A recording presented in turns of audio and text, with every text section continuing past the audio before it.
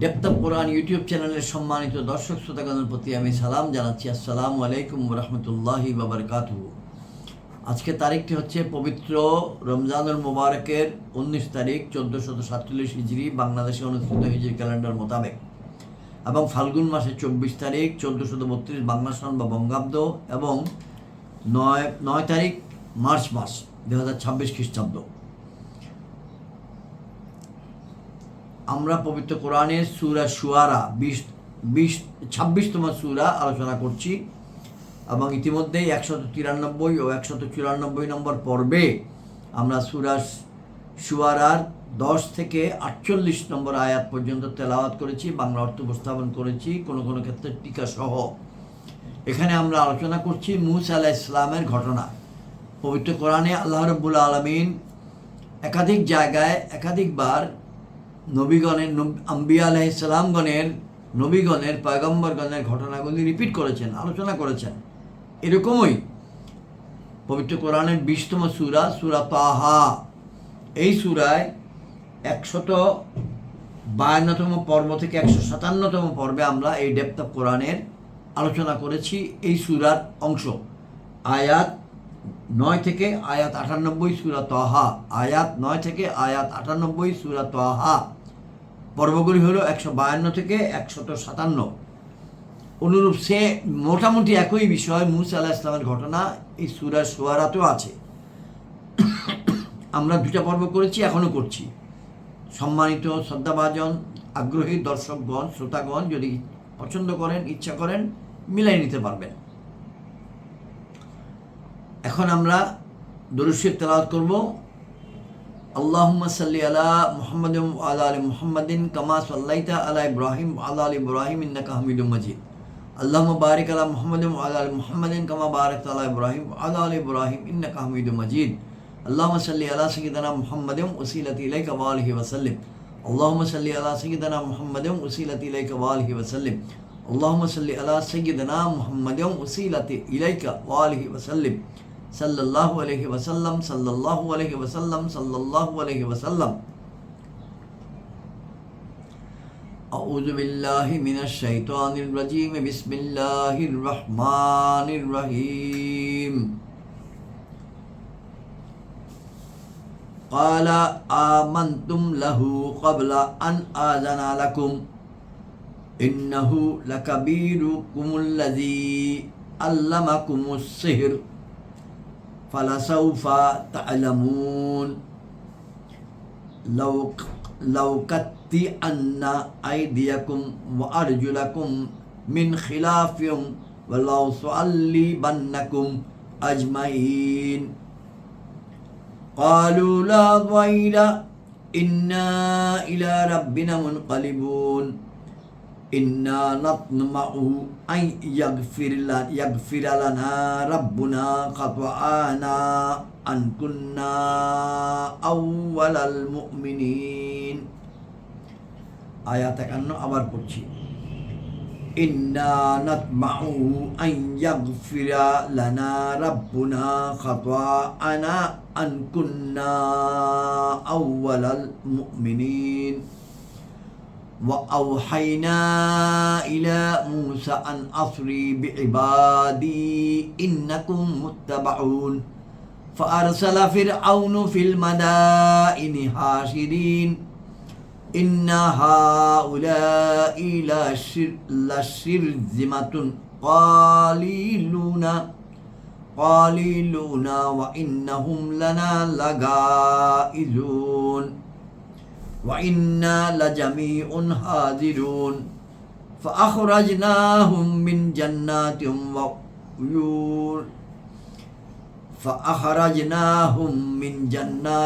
وعيون وكنوز ومقام كريم كذلك وأورثناها بني إسرائيل فأتبعوهم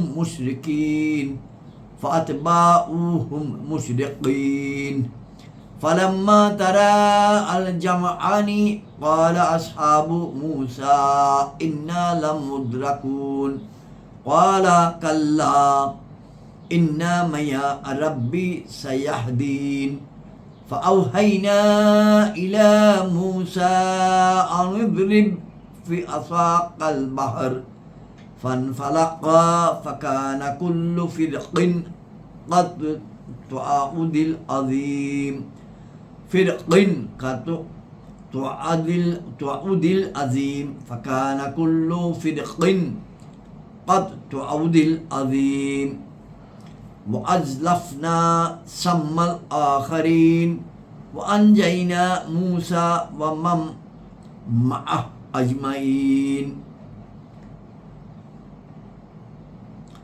وأنجينا موسى ومن معه أجمعين ثم أغرقنا الآخرين إن في ذلك لآية وما كان أكثرهم مؤمنين إن في ذلك لآية وما كان أكثرهم مؤمنين صدق الله العظيم وصدق رسوله النبي الكريم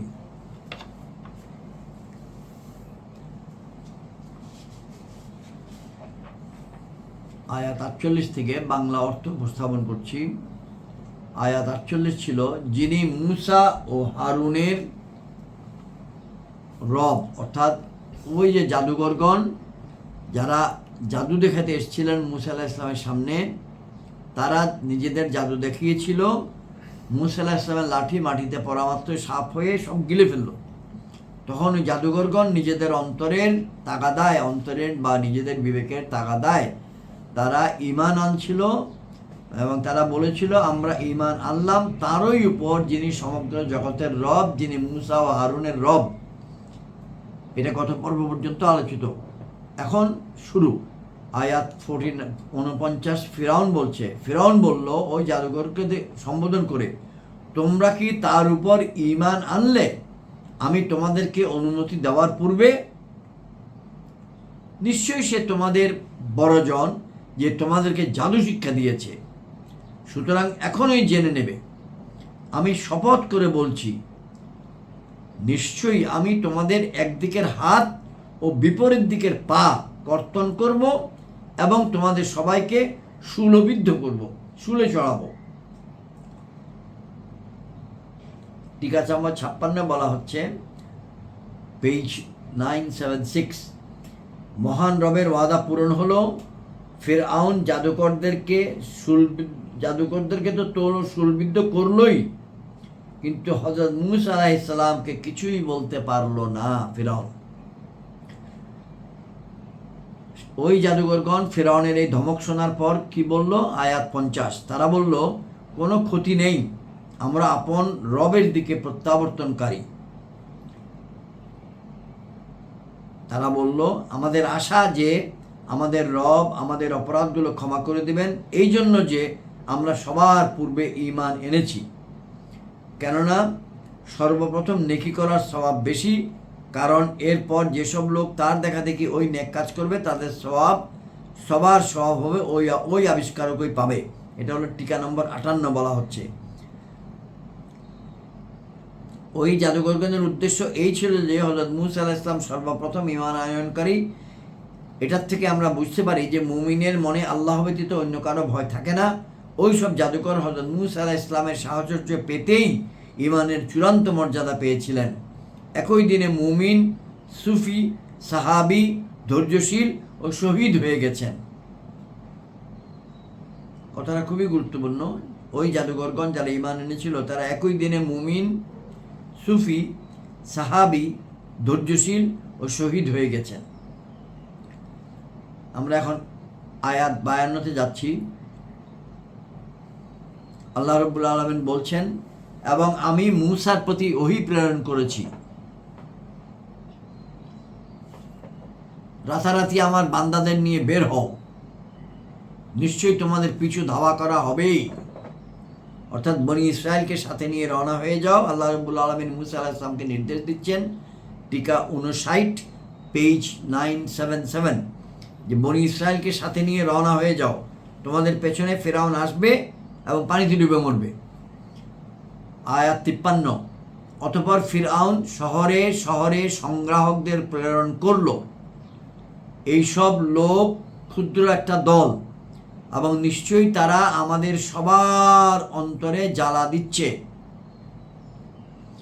সে সময় টিকা 61-তে বলা আছে, বনি ইসরায়েলের সংখ্যা তখন 6,70,000 ছিল, কিন্তু ফিরআউনের সৈন্য সংখ্যা ছিল অগণিত। ফিরআউন তার সৈন্যদের অনুপাতে বনি ইসরায়েলকে অল্প বলেছে। সে মনে করেছে যে আজ সংখ্যাগরিষ্ঠরা সংখ্যালঘু লোকদেরকে দমন করে ফেলবে, কিন্তু মহান রবের নিকট অন্য কিছু মঞ্জুর হয়েছিল।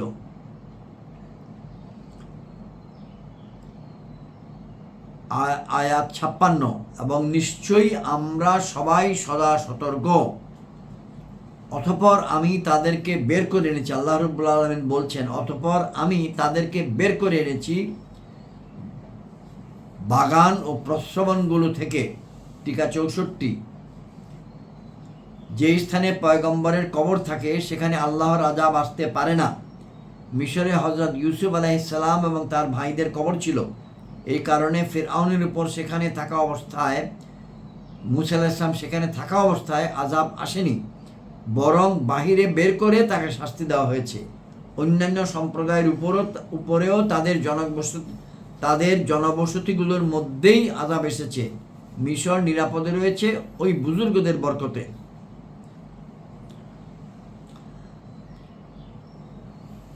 আয়াত 58।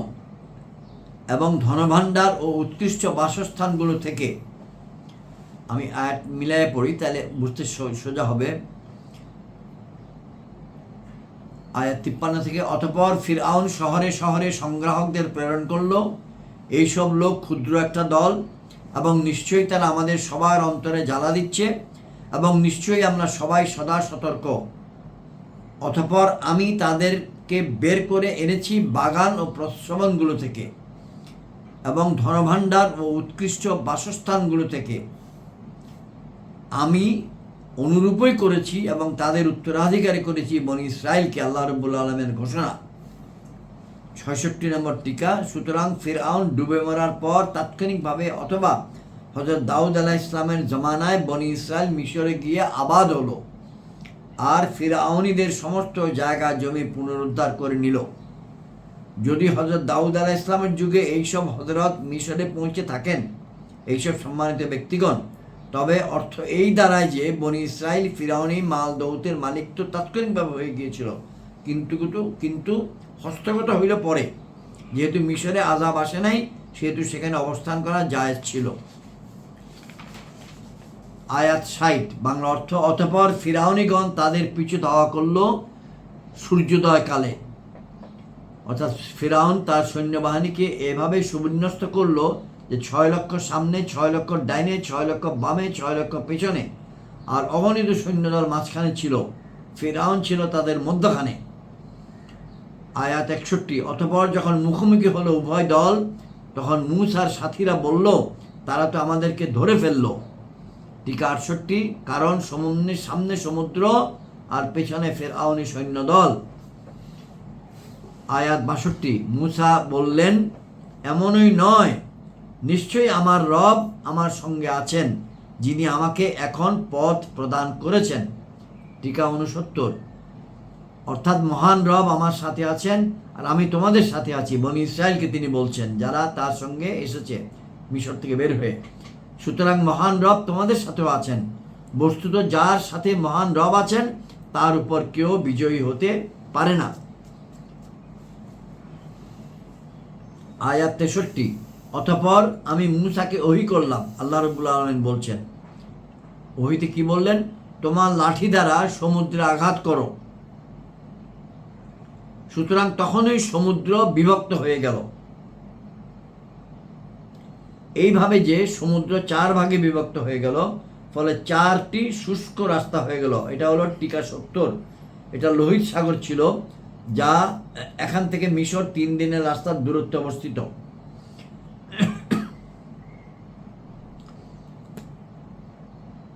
অথবা প্রত্যেক অংশ হয়ে গেল যেমন বিশাল পাহাড়, অর্থাৎ লাঠি দিয়ে পানিতে আঘাত করার পর সমুদ্র বিভক্ত হয়ে গেল এবং প্রত্যেক অংশ হয়ে গেল যেন বিশাল পাহাড়। অর্থাৎ ওই রাস্তাগুলোর উভয় দিকে পানির পাহাড় দণ্ডায়মান হয়ে গেল। সুবহানাল্লাহ। আয়াত 64। এবং আমি সেখানে অপর দলটিকে উপনীত করলাম, অর্থাৎ ফিরআউন ও তার সৈন্যদলকে, এইভাবে যে বনি ইসরাইল যখন সমুদ্র পার হয়ে অপর দিকে বের হয়ে গেল তখন ফিরআউনিরা সমুদ্রের মাঝখানে পৌঁছেছিল। এবং আমি রক্ষা করলাম মূসা ও সমস্ত সাথীকে, অতঃপর দলটিকে নিমজ্জিত করেছি, অর্থাৎ ফিরআউনের দলকে নিমজ্জিত করেছি। আয়াত 67। আয়াত 67 আজকের আলোচনার শেষ আয়াত। নিশ্চয়ই এর মধ্যে অবশ্যই নিদর্শন রয়েছে এবং তাদের মধ্যে অধিকাংশ মুসলমান ছিল না। আয়াত 68 পড়ে নিচ্ছি। ওয়া ইন্না রাব্বাকা লাহুয়াল আজিজুর রহিম, এবং নিশ্চয়ই তোমাদের রব তিনি পরম সম্মানিত দয়ালু। আর 67 হচ্ছে আয়াত 67, ইন্না ফি যালিকা লাআয়া, ইন্না ফি যালিকা লাআয়া ওয়া মা কানা আকসারুহুম মুমিনিন। নিশ্চয়ই এর মধ্যে অবশ্যই নিদর্শন রয়েছে এবং তাদের মধ্যে অধিকাংশ মুসলমান ছিল না, অর্থাৎ যারা ডুবে গেল। এবং নিশ্চয়ই তোমাদের রব তিনি পরম সম্মানিত দয়ালু।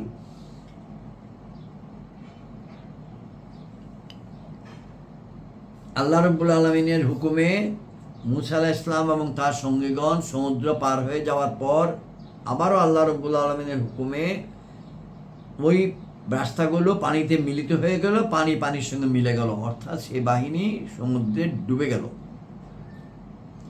আজকের আলোচনা এখানেই শেষ করছি। আসসালামু আলাইকুম ওয়া রাহমাতুল্লাহি ওয়া বারাকাতুহু।